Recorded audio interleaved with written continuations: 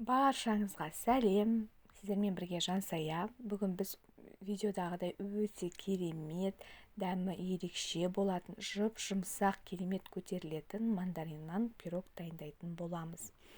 Дәмі деген өте керемет болып шығады, өздеріңіз жасап міндетті түрде көріңіздер.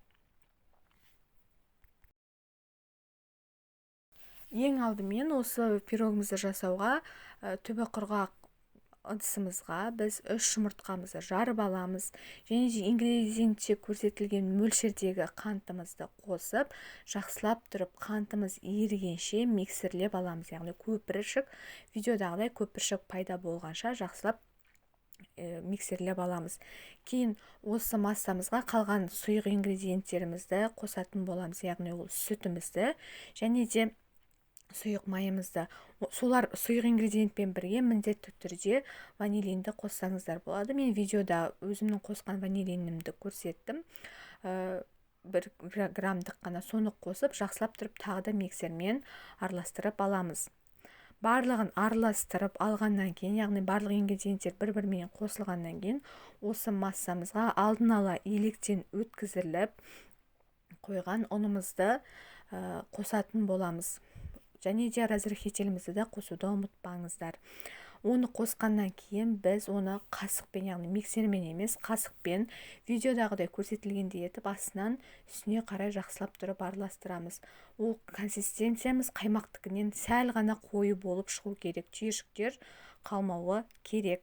Оны араластырып болғаннан кейін салмасын дайындаймыз. Салмасына бізде мандариндер керек.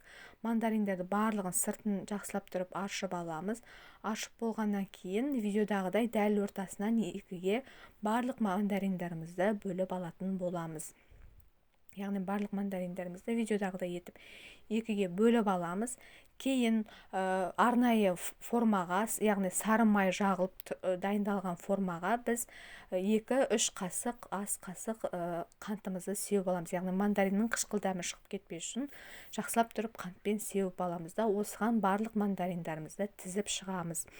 Мандариндарымызды тізіп алғаннан кейін үстіне бағанағы дайындалған қамырды құямыз. Яғни ол сәтті мен видеоға түсіріп алмаппын. Сіздер сол мандаринді тізіп болған соң үстінен қамырды құятын боласыздар. Осы дайын болған қамырымызды біз 180 градуста 40-45 минут духовкада пісіріп аламыз. Яғни дайын болған кезде жай ғана шимен көрсеңіздер болады.